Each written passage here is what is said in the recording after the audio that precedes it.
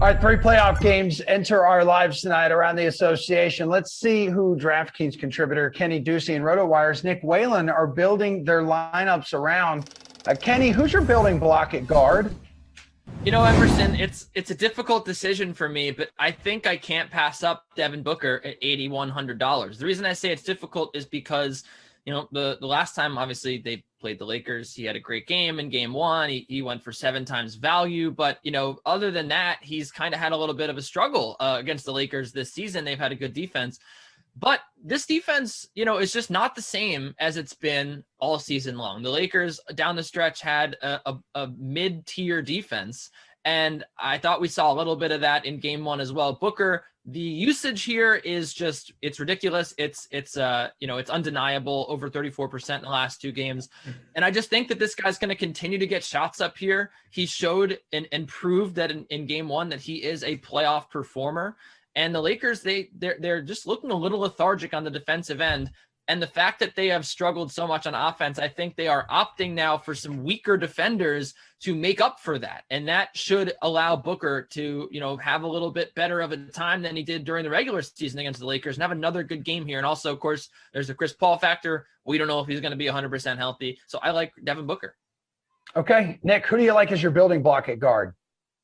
You know, I think there's a case to be made for James Harden. You're going to have to pay up. You're going to pay more than $2,000 more than Devin Booker. But, you know, watching that game 1 against Boston, it felt like Harden just coasted his way through it. And then, you know, when he felt like he needed to turn it on in the second half, he was able to do it in an instant and turn in a great James Harden-like fantasy performance. So, I mean, the fact that he's able to do that really at the drop of a hat, makes him a really appealing option. But I'm going to echo a lot of what Kenny said. I think saving the $2,000 and getting Devin Booker at 8,100 after torching the Lakers in game 1, that was his best game in more than a month. I don't know what the Lakers were doing defensively in that game. They were scrambling. They're sending doubles seemingly at random. Booker had open shot after open shot. And, you know, unless the Lakers completely change up their scheme in game 2, which is possible, I don't really see them slowing down Devin Booker. You know, that they were constantly failing on switches. Guys like Kentavious Caldwell-Pope just were not able to hold up. And while I think this Lakers defense can play better, it's a little bit deceiving. You know, the Suns didn't even get to 100 points in game 1. So, you know, if you're the Lakers, you can look back and say, well, at least we played okay defensively. We didn't hit a lot of shots.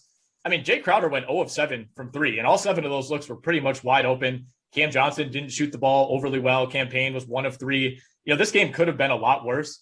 So I don't think the Lakers defense really comes out of game 1 with all that much confidence. Nick, if you were going to build a lineup around someone at the forward position, who would it be? I like Luka Doncic a lot tonight. And of course, you're going to have to pay up for Luka. He's at $10,600. But I think he just loves playing this Clippers team, which on paper has 2 guys in Paul George and especially Kawhi Leonard, who are kind of ideal matchups for someone like Doncic. But those guys can't guard him. That was the case during the regular season. That was the case in the playoffs last year.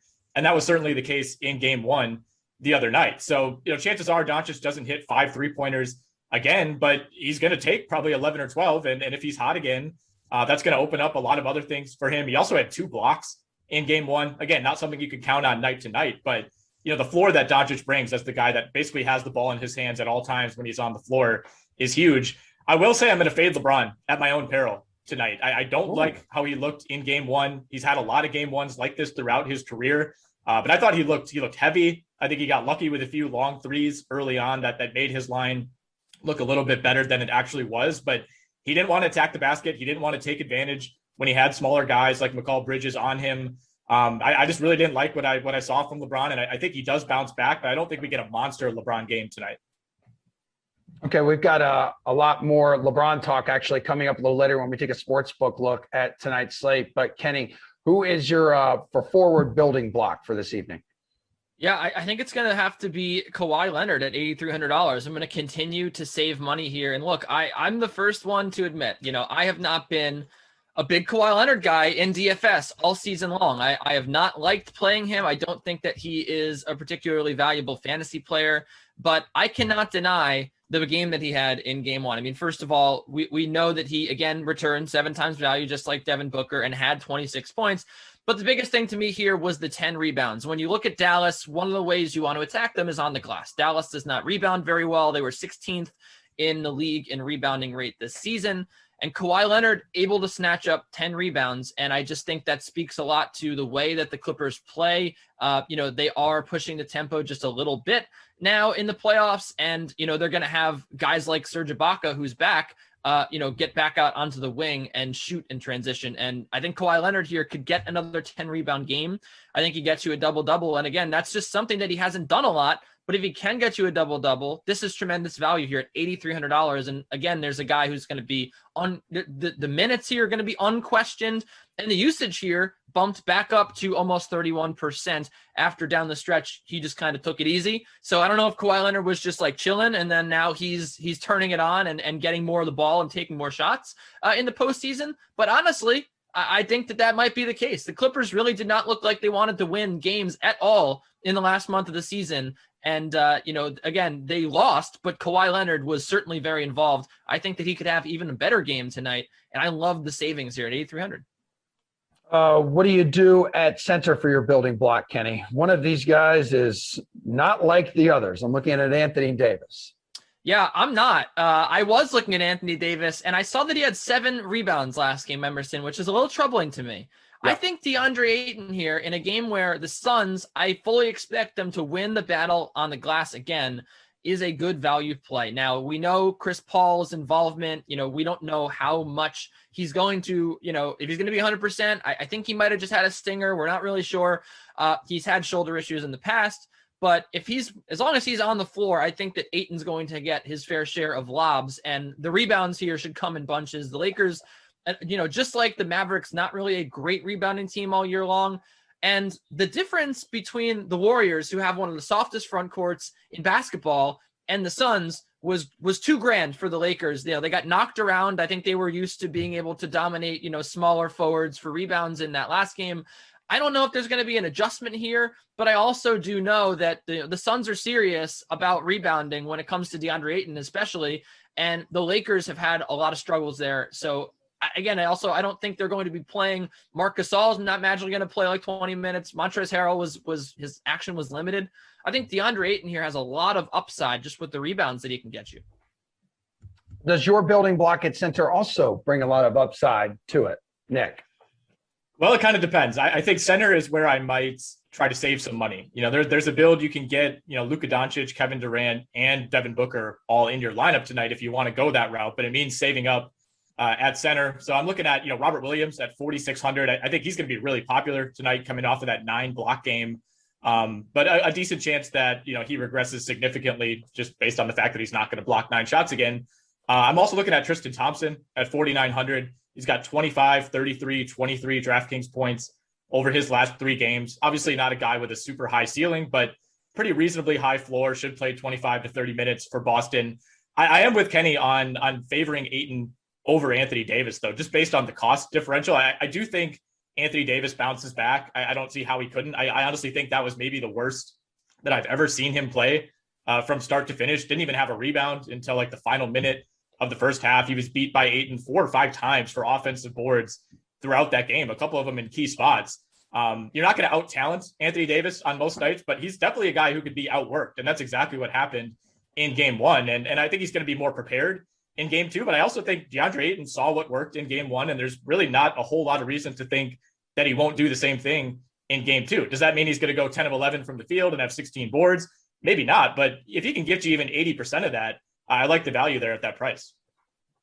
Nick, if you were brave enough to build a lineup around a value play, who would be your building block? So I mentioned Robert Williams, 4,600. Again, 9 blocks in game 1 should be a popular play. When I start to look at guys in the 4,000 or 5,000 range, it's all about minutes to me. And Marcus Smart is going to play a ton of minutes. He's at 5,800. Hasn't really been playing all that well, admittedly, over the last couple of weeks. But that's someone you plug in and just hope that he plays 42 minutes and does something with those.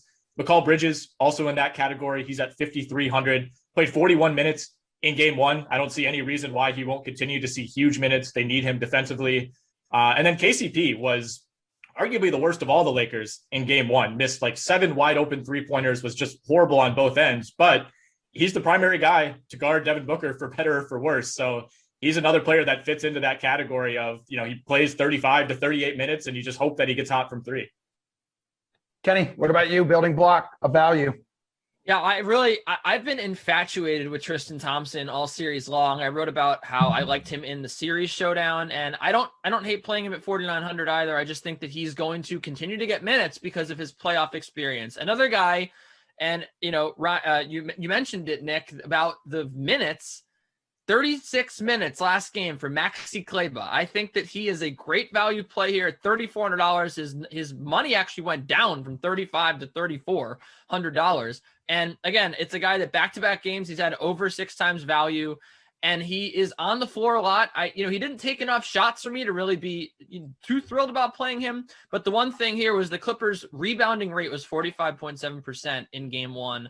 They just really struggled on the glass, and Kleber was able to clean up with 9 rebounds. The guy's just going to be out there on the floor. We've seen him hit clutch shots before for the Mavericks, so they do trust him with the ball in his hands. I actually think that he has a ton of upside here. He's not really a guy to me that's going to get 15 to 20 points here. I really think he can get you 30 points. I think that he might shoot the ball a little bit more in this game. It's also worth noting he had 4 fouls in game 1, and potentially his minutes were curbed even. Maybe he plays 38 minutes in this one. I don't know. But I can't deny the fact this guy's going to be out here all game long. Pretty good matchup. $3,400. All you're really asking for is 15 fantasy points, really. Fire him up.